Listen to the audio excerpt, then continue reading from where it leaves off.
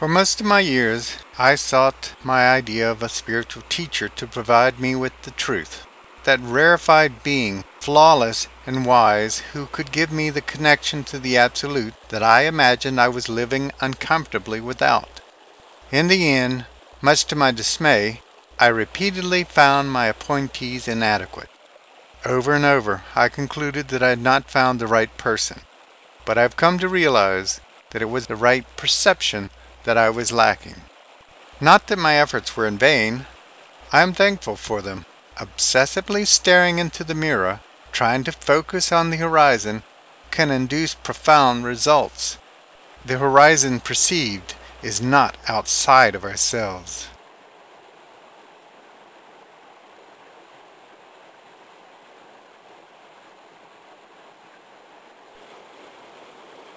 It was my criterion for a teacher that was flawed, not any of the individuals that I tried to project the title onto. I came to the realization that in subtle mysteries like wisdom and spirit, the student-teacher relationship is not linear or well-defined, but more amorphous in nature. One moment, I was comfortably in the compliant role of student, and then I was scared to death to realize that the roles had reversed. Then I was returned to student, and the roles reversed yet again.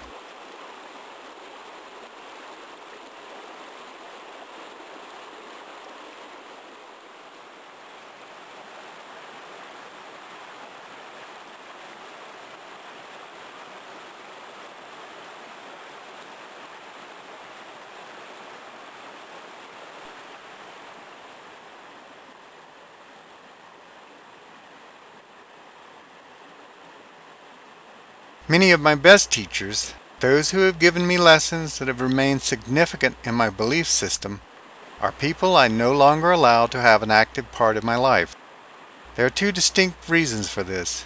One does not have to be wise to instill wisdom, virtuous to promote virtue. Two, once you complete a lesson, you do not continue to go back to that teacher's classroom. There is undoubtedly more the teacher could teach you, but it's a matter of diminishing return. The final lesson of the student is to move on rather than to hold on. Not to do so is to fail the teaching, teacher, and yourself. I do not discount those remarkable individuals that have obtained conscious levels of awareness of their connection to the Absolute that I do not consistently maintain at this time. They do indeed exist. I can feel the uniqueness of them when I encounter such a person, even those who do not themselves know of the power of their connection. Even with such a person who is universally acknowledged as a teacher, my perspective is that the instruction is offered most often because it is what students expect and demand. Like getting someone about to panic to focus on your moving finger, their teaching is often a hypnotic induction to calm, allowing the student to return to a natural state of his or her own knowledge and wisdom.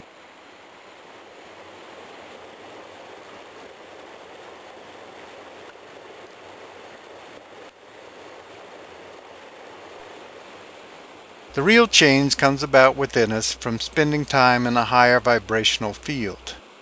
This can come about in many ways, including being directly in the presence of a true teacher or indirectly in the rhythm of their teaching, as a mantra may introduce peacefulness in a meditation. They have seen the face of the Absolute, they remember it, and the memory of that experience radiates from them, within or without word. One way or another, a true teacher holds open a sacred, safe space for the student to explore and to lay claim to their own truth. A true teacher reawakens one to the resonance of spirit so that the student can find their own way home to the Absolute, to their true self.